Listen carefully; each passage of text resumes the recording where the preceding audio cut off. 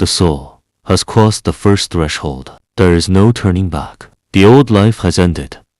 A new journey has begun, and somewhere beyond the limits of human sight, the next stage awaits. A stage where the soul slowly awakens to an entirely different reality, one unlike anything experienced on earth. But that is where our next chapter begins. Stage 2, the awakening. Spiritual empire. The body has been left behind. The familiar world has faded into the distance. The noise of everyday life is gone.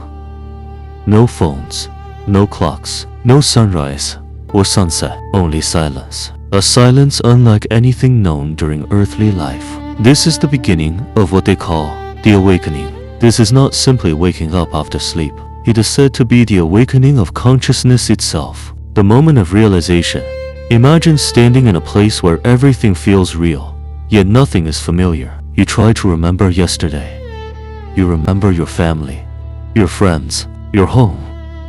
Then suddenly, you remember your death. This realization arrives like a wave. At first, there may be confusion.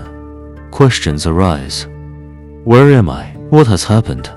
Am I dreaming? As awareness grows, the soul begins to understand that it is no longer living in the physical world. This moment is often described as the first true awakening beyond earthly life, the end of earthly time.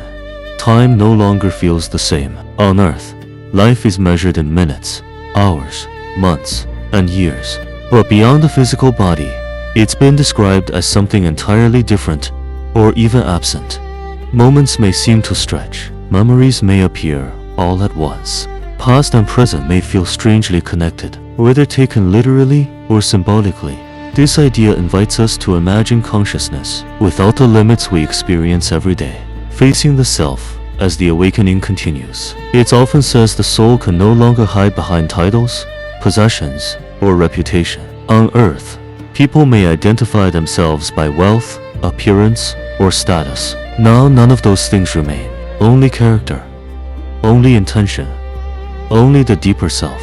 The question is no longer, what did you own? Instead it becomes, who did you become? This shift is one reason many spiritual paths encourage self-reflection during life rather than waiting until death. The symbol of light. Many mysticals describe the appearance of light during this stage. Some interpret it as divine presence. Others see it as higher consciousness. Some near-death experiencers report an overwhelming feeling of love and peace associated with light. Others do not report this experience at all, because accounts differ.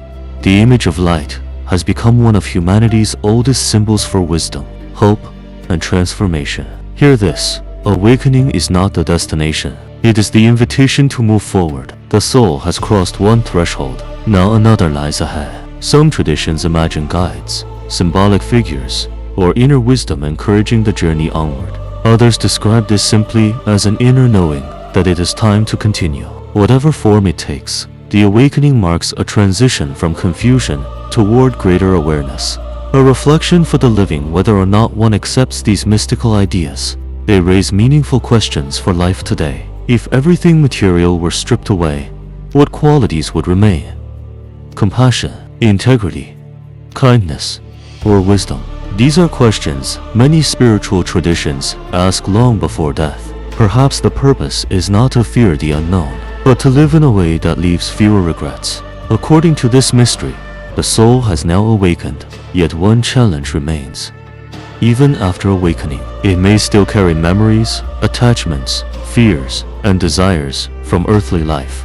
Before the journey can continue, those attachments must be faced. And that brings us to the next stage.